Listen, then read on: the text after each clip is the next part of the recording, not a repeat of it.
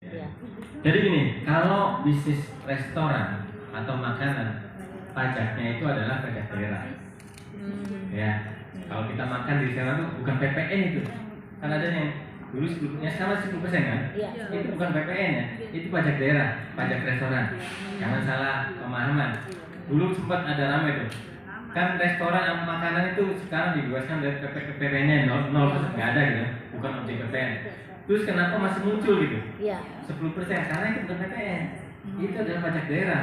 Kalau PPN itu pajak pusat ya. Iya. PPN itu atas transaksi konsumsi ya, atas nilai tambah barangnya, bukan dan restoran atau makanan itu bukan objek PPN. Contohnya Pak, tadi PPN itu apa Pak? Contoh ya gini, contoh kita jual beli barang di tadi Indomaret aja, yang kemasan entah itu snack kah, tapi dalam kemasan ya, entah itu misalnya ATK apapun itu ya, itu objek PPN. Tetapi kalau makanan di restoran, di hotel yang siap saji, yang disediakan di restoran dan di hotel, itu bukan objek PPN. Makanan yang disajikan di hotel, di restoran dan hotel itu bukan objek PPN. Tapi kan tulisannya PPN. Nah itu Tax and PPN 10%. Itu Nah. Pak. Jadi kita bayarnya 25%. Iya. Tax and PPN, Pak. Nah, ayo, itu gimana, Jadi Pak? itu sebenarnya oh sebentar. Nah, ayo. Gini, kalau PPN maka harusnya ada faktur pajaknya. Iya. Ya. Kalau misalnya ibu transaksinya adalah sebenarnya kalau makanan yang disediakan di restoran itu bukan objek PPN yang jelas gitu ya. Iya, iya. Tapi kalau ada PPN-nya, coba cek dulu tagihan PPN-nya atas apanya. Apakah atas jasanya doang? Ya, atas jasanya atau atas barang makanannya. Ibu cek dulu ya. Iya. Karena kalau PPN itu 11% dan 10% kalau sekarang. Ah. PPN itu 11%. Kalau yang tax tuh Pak, 25% itu apa? Nah, kalau tax itu pajak daerah, pajak restoran. Gede banget ya Pak, 25% kalau kita dibebankan. Mungkin itu tax plus service fee biasanya. Service biasanya. Kalau pajak restoran itu 10%. Ya. Jadi kalau ada PPN, coba ibu cek.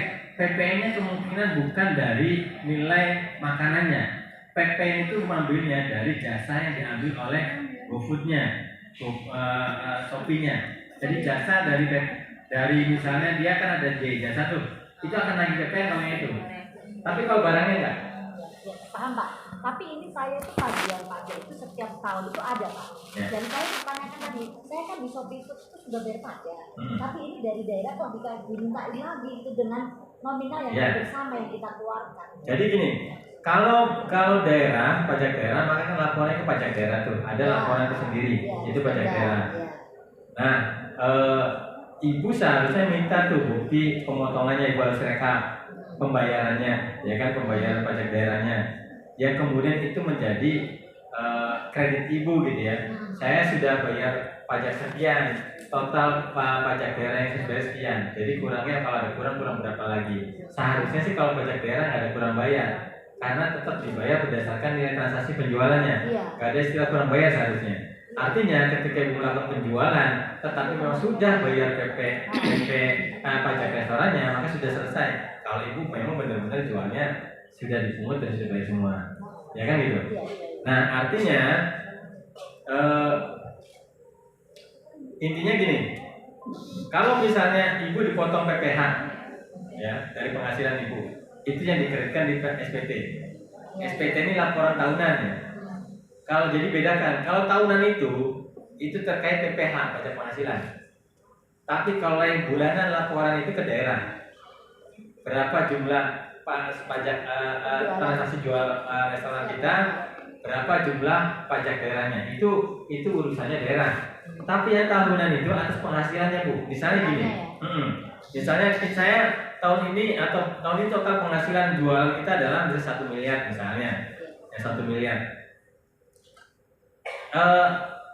Kalau misalnya dipotong PPh, maka ini menjadi kredit. Tapi kalau tidak ada potongan, maka kita hitung. Kalau kita menggunakan tarif tadi, misalnya ternyata karena di atas 300 juta, di atas 500 juta, maka harus bayar tuh. Bayarnya berapa? Selisihnya nih, 500 juta yang nggak kena, 500 selisihnya kena 0,5%. gitu ya, 0,5% doang. Dan seharusnya itu per bulan, bukan nunggu akhir tahun. Jadi kalau bisa kita hitung nyatet tadi Bu Inge bilang, catat tiap bulan. Kalau sudah mencapai pada dalam tahun berjalan sudah 5 juta, maka sejak saat itu boleh bayar 0,5%. Gitu ya. Caranya begitu.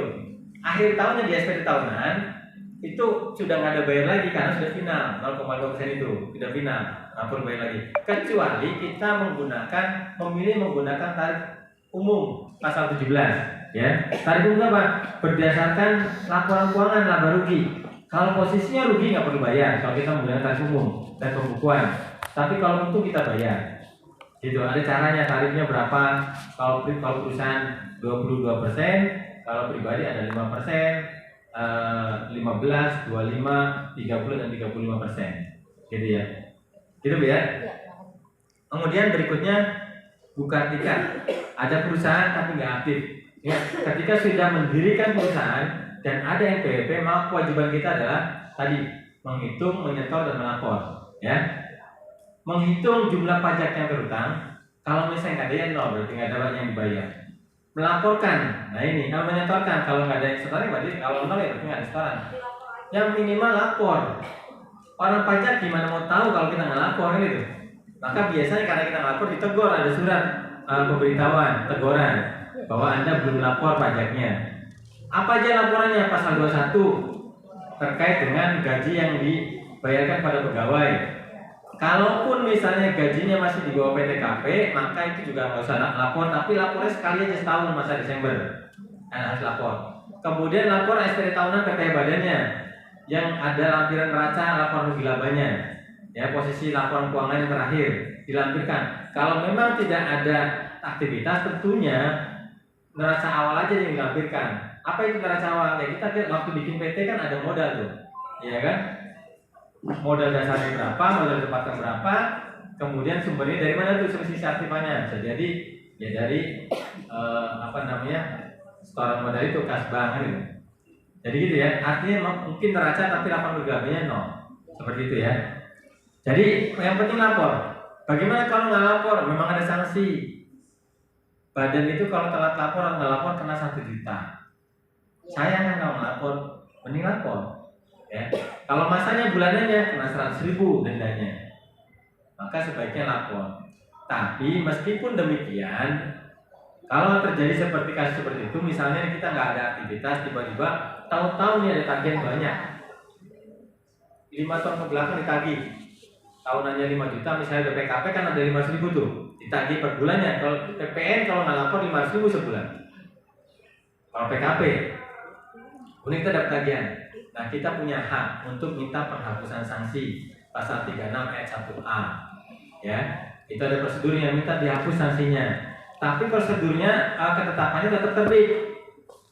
Tapi kita bisa minta penghapusan ya. Kemana mintanya? Ke kantor pajak dengan surat, ada form permohonannya, dikirim ke kantor pajak, dilampirkan surat tagihannya.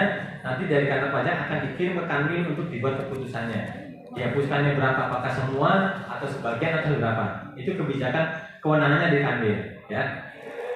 Kita aja Bu ya. Berikutnya dari Bu Evi, PT Perseorangan ya. Tadi tanya apa Bu? Cara Transaksi. Ini pajaknya berapa gitu? Yang hitungnya Cara umpamanya saya kan jualan Iya. beras sorghum 1 kilo Iya. umpamanya 12.000. Iya. Nah, ngitung pajaknya gimana gitu. Jadi PT Perseorangan ini memang tadi disampaikan oleh Bu Inge belum ada juknis atau PP-nya ya. Tapi karena ini kategorinya PT, maka perlakuannya sama dengan badan. Artinya bukan kategori pribadi. Karena bentuknya PT meskipun PT perorangan. Maka cara ngitungnya dipersamakan dengan perusahaan lain atau WP badan lainnya. Caranya bagaimana? Kalau kita menggunakan PP 23 tahun 2018 atau tarif UMKM, maka setiap transaksi penjualan atau penerimaan kita setiap bulan dikalikan 0,5% saja, langsung di store, ya, langsung di store. 0,5. 0,5% dari kotor penjualan. Nah, bagaimana kalau misalnya 0,5% gede itu gitu? Dari keuntungan. Bukan, dari total penjualan. Ya, dari total penjualan. Taruhlah seton gitu umpamanya. 1 tahun berapa nilainya? 1 miliar? Enggak lah. 1 kali 10 kali 10.000 anggaplah. 100.000, 1 juta ya Bu ya. Ya 1 juta. 1 juta kali 0,5%. 0,05. 0,5%. 5.000. Kalau 5% aja 1 juta tuh, iya 5.000 berarti ya? 5.000 perak Pak. Iya. Iya. 0,05%. 0,5%. Kalau 5%-nya kan 50.000. 50.000 dan 0,5 berarti ya Iya. 5.000. Tarif UMKM itu adalah sebenarnya untuk menyederhanakan wajib pajak UMKM agar dia tanpa harus pusing cara ngitung. Maka pokoknya setiap transaksi penjualan, penerimaan atau pendapatan usaha hanya bayar 0,5% saja. Untuk berapa lama? Kalau bentuknya PP, maka dia boleh menggunakan tarif UMKM 0,5% itu sampai dengan 3 tahun sejak dia mulai beroperasi. Kalau dia bentuknya CP, maka bisa sampai dengan 4 tahun dari sejak dia pertama kali beroperasi. Kalau pribadi, maka dia boleh menggunakan tarif UMKM sampai dengan 7 tahun. Gitu ya. Gitu ya. Oke, lanjut. Nah, ini keterbukaan informasi nanti karena sudah dibahas tadi. Nah, saya sedikit IDLP ya. IDLP itu apa? Saya dulu mantan petugas pajak. Maka tadi ibu ini itu senior saya itu. Saya dulu pemeriksa pajak 10 tahun bekerja di pajak. Sekarang saya sebagai pengacara pajak. Saya dulu pernah jadi petugas IDLP ini, informasi data laporan pengaduan. Dirjen pajak itu kalau tahu data transaksi kita itu bukan serta-merta kemudian dia kayak orang peramal atau dukun ya, oh ini punya data ini, oh ini enggak. Tapi ini ada informasi data laporan pengaduan. Apa itu informasi? Informasi ini bisa jadi sumbernya dari elektronik maupun cetak.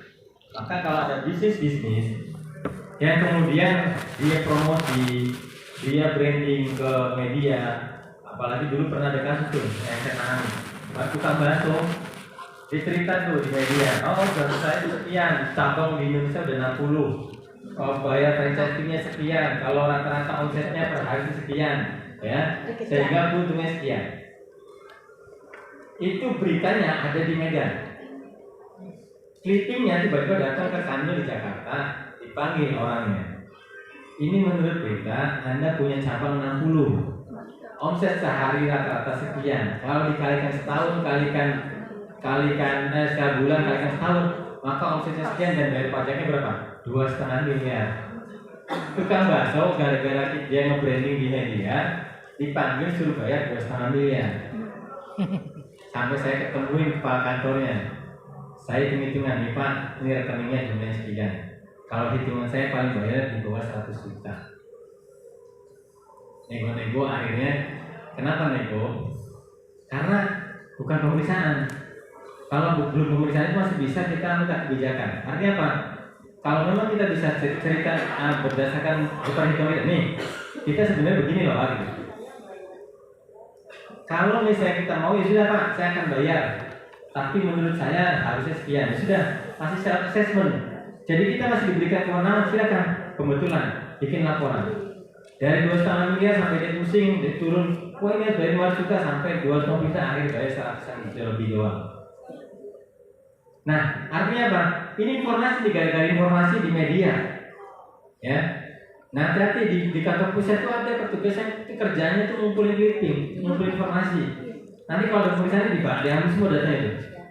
Oh, dia punya bisnis di sana, dia punya ini. Kalau pemeriksaan itu biasanya mereka juga akan menggali informasi bukan hanya dari wajib pajak.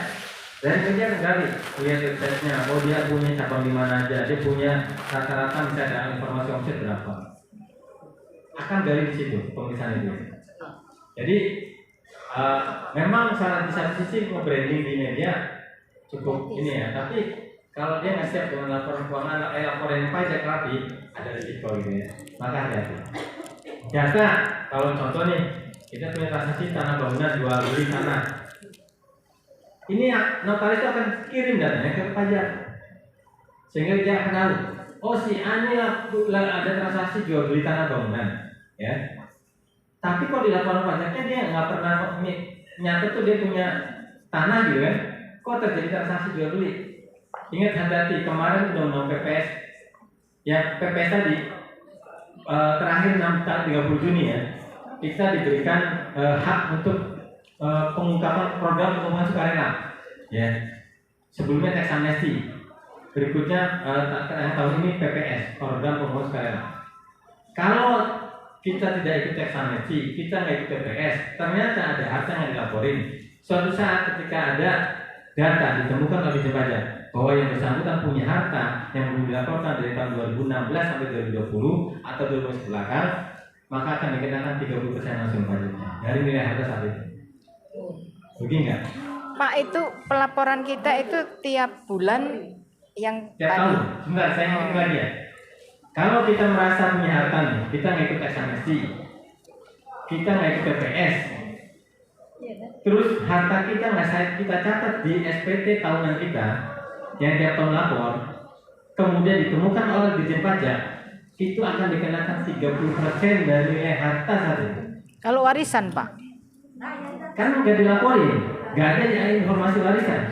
Kenapa ibu nggak laporin? Kalau warisan harus dilaporin juga. Jadi gini, tax amnesty PPS itu hak. Artinya apa? Boleh dipakai, boleh enggak. Kalau kita nggak menggunakan insentif atau hak itu, maka kita tetap harus laporkan harta itu melalui apa? Kalau memang belum dilaporkan kebetulan SPT-nya. Kalau memang saat itu misalnya kebetulan oke dimasukin hartanya. Kalau misalnya hartanya antara penghasilan tidak seimbang atau tidak wajar, maka itu risiko akan kena pajak juga. Denda gitu ya. Nah itu makanya ini orang nggak sadar. Ini ada kemarin ada yang minta konsultasi saya. Pak, saya mau jual tanah saya itu nilainya 50 sekian miliar. Oke, saya bilang mana SPT-nya dulu. Pas saya tanya lihat di SPT-nya nggak ada. Bu tahu nggak? Bu akan pernah bayar pajak berapa? 50 miliar itu 30%-nya berapa? 15 miliar plus sanksi. Kalau diperiksa bisa 2% sanksinya. Bisa habis. Ya.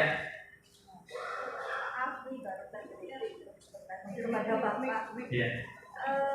Kalau mendapat warisan 45 miliar nominalnya, tetapi nama itu masih nama orang tua saya. Orang tua itu bagaimana ya Pak ya? Apakah saksi kan masih belum nama saya? Iya, sekarang pertanyaan nanti ketika kemudian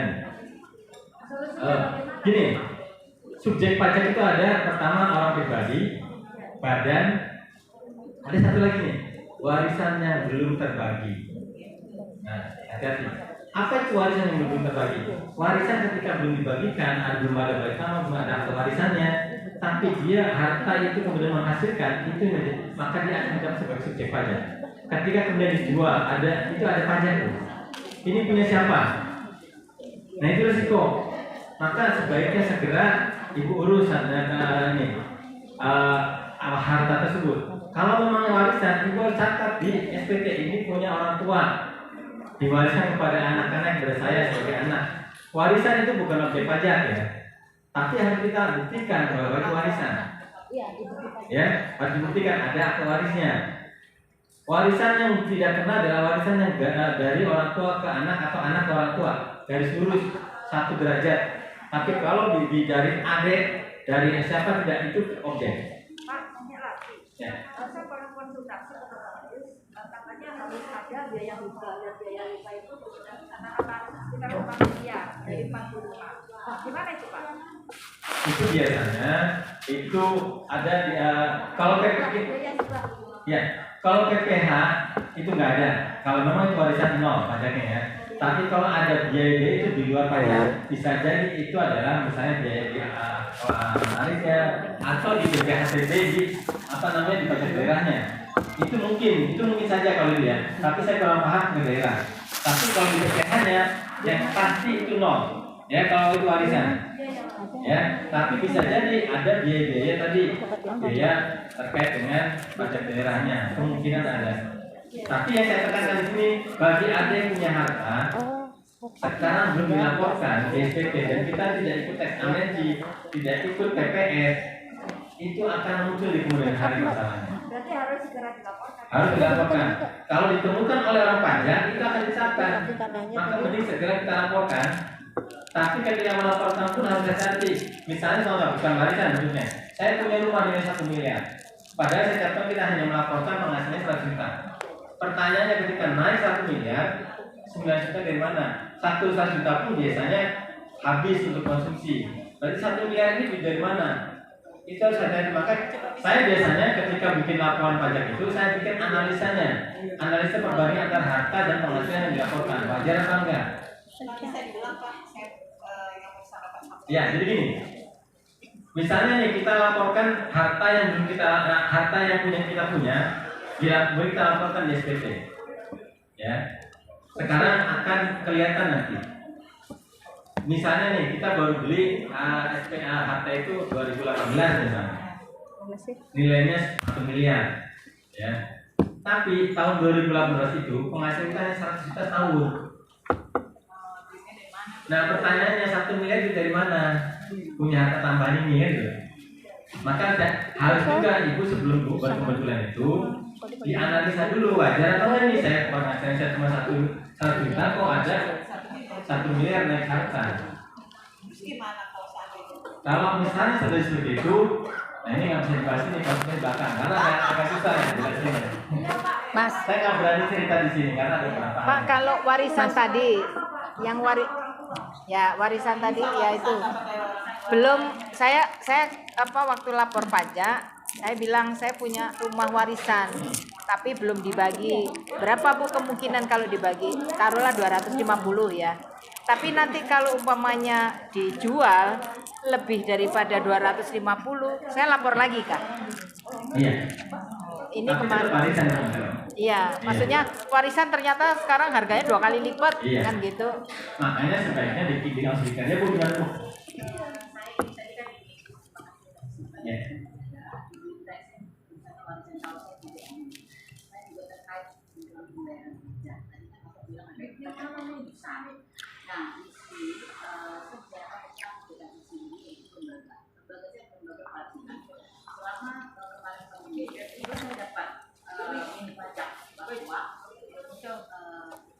Bahwa saya buat lembaga saya dikenakan pajak per tahun uang tidak aktif. Selama 3 tahun, jadi pajak saya tersita. Nah sementara saya punya dapat pulangnya saya bayar pajak pada pemasukan ini PPS segala macam. Untuk yang sebelumnya 3 tahun, saya ditagih itu apakah bisa ada pajak penghapusan juga 3 tahun? Itu betul-betul setiap tahun saya harus membayar walaupun tanpa ada pidana yang saya harus bayar. Nah itu wajib. Itu apakah bisa masuk dalam pajak penghapusan? Iya, ya. Betul Bu. Kalau misalnya Ibu 3 tahun ke belakang kemarin waktu belum ada kegiatan operasional itu nggak lapor, pasti ada tagihan disuruh bayar. Denda sebenarnya visinya. Itu ada prosedurnya minta penghapusan, ada formulir permohonannya, tapi memang bisa, tapi memang keputusan dihapuskannya itu ada yang diambil, disampaikannya ke kantor pajak, nanti keputusannya diambil, itu Bu ya. Bu, maaf, ini saya udah diperingatin tadi, waktunya tinggal 1 menit lagi katanya. Sementara itu tadi karena tadi saya bilang wah ini nggak bakal cukup materinya. Tapi intinya satu hal yang perlu saya sampaikan di sini bahwa tadi sudah diceritakan tentang UMKM, sudah oke. Kemudian tentang PPh pribadi atau terkait dengan data ya, tadi sudah saya sampaikan juga terkait undang-undang tax amnesty PPS. Ini yang perlu kita ketahui bersama. Hati-hati ketika di SPT kita belum ada daftar hartanya, kita sudah punya. Karena suatu ketika munculnya pada saat soal tanah bangunan, ketika dijual akan muncul. Karena data itu akan masuk ke kantor pajak. Dan sekarang pun sebenarnya lagi dibangun sistem Dijen Pajak itu namanya Cortex. Cortex itu dia akan integrasi nantinya.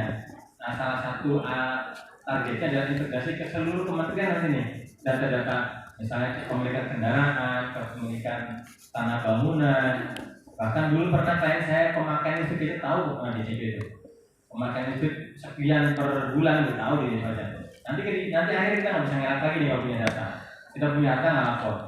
Nah, kalau memang merasa ada harta yang dilaporkan, segera buat analisa dulu sebelum dilaporkan. Kata saya, bertambahnya tahun ini laporan penghasilan yang dilaporkan sekian, wajar apa enggak? Gitu ya. Nanti kalau misalnya nggak wajar, bagaimana treatmentnya nanti kita bisa bahas di belakang. Baik, mungkin karena memang terbatas waktu, silakan Ibu catat WA saya kalau ada konsultasi atau pertanyaan. Nama saya Koni Abdul Koni ya. Nomornya 085 Betul. 885 Kosong berapa Pak? 085 885 69 59 69. Saya ulang 085 885 69 59 69. Ya, itu saja dari saya. Mohon maaf jika ada salah kata dan saya. Assalamualaikum warahmatullahi wabarakatuh. Waalaikumsalam. Tepuk tangannya mana ibu-ibu?